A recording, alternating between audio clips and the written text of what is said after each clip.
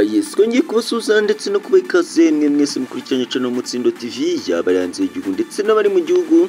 Tunabashimira uburyo mukomeje kutugaragariza ko mudukunda. Uko rero mumaze kubimenyera akaba ari umwanya w'amakuru agezweho ku izi saha zo kuwa gatatu tariki rero ya 27 z'ukwezi kwa 11 2024. Rero yacu reka tuhere kuri inkuru ivuga ko umubikira Nyiraminani Belancira wapakije sima muri ambulance yafunzwe. Yes, mwijoro ryo kuwa mbere tariki ya 25 gushyingo 2024 ku mbuga nkoranyambaga hasakaye amashusho y'abantu bashyiraga imifuka ya sima mu mbangukira gutabara. Aba bashyiraga rero aya mashusho basabaga inzego z'ubuzima mu Rwanda rero zirimo Minisiteri y'Ubuzima n'ikigo cy'igihugu cy'ubuzima RBC kugira rero icyo bikora. Minisitiri w'Ubuzima Dr. Sabin Nsanzimana anyuze rero ku rubuga rwe rwa X yanditse ko bamenye ayo makuru kandi ko ababikoze bahanwe. Nyuma gato rero hamenyekanye umubikira Nyiraminani Belancira ukuriye ikigo nderabuzima cya Save muri Gisagara, ari nawe rero nyirisima byagaragaye bapakira mu modoka ya ambulance y'ibitaro bya Gakoma yatawe muri yombi.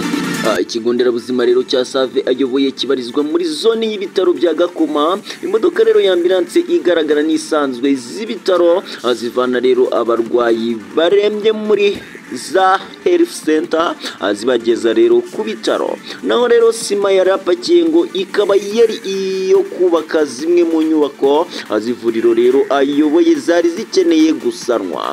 Nubwo rero bimeze bityo rero ariko uwafashwe hari abirinze kumutemera itaka ngo kuko rero ngo nubundi nawe atari we, ahubwo rero yaba yabitewe n'ikibazo cya mikoro make yugarijwe rero n'ibigo nderabuzima kandi rero bisa naho byabaye karande ngayo nguko. Inshuti rero zacu z'akadasohoka ni munyemerere kandi mu nkundira amakuru yacu tuyakomereze kuri iyi nkuru ibabaje kandi nateye agahinda. Uyu mugabo rero w'imyaka 42 wikase ubugabo bwe akoresheje umuhoro.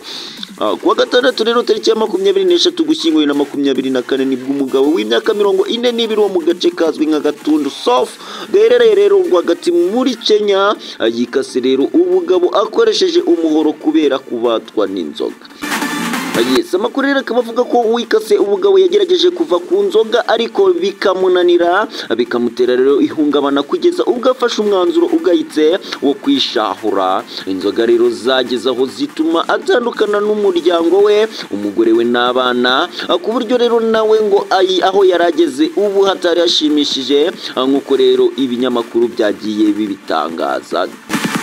Ubu rero arwariye ku bitaro bya Gatundu Level 5 Hospital muri Kenya, aho rero abaganga bari kugerageza kwita ku bikomere yiteye ubwo rero yikebaga ubugabo ngayo nguko. Yes, inshuti rero zacu z'akadasohoka, inshuti rero bakunzi b'Umutsindo TV naha dusubikiye amakuru yacu y'uyu munsi. Nkaba nakubwira ngo niba utarakora subscribe wakora subscribe kugira ngo amakuru yacu ajya kugeraho byihuse. Mwari kumwe rero nanjye Dani Dash, Imana ibarinde. Ciao ciao.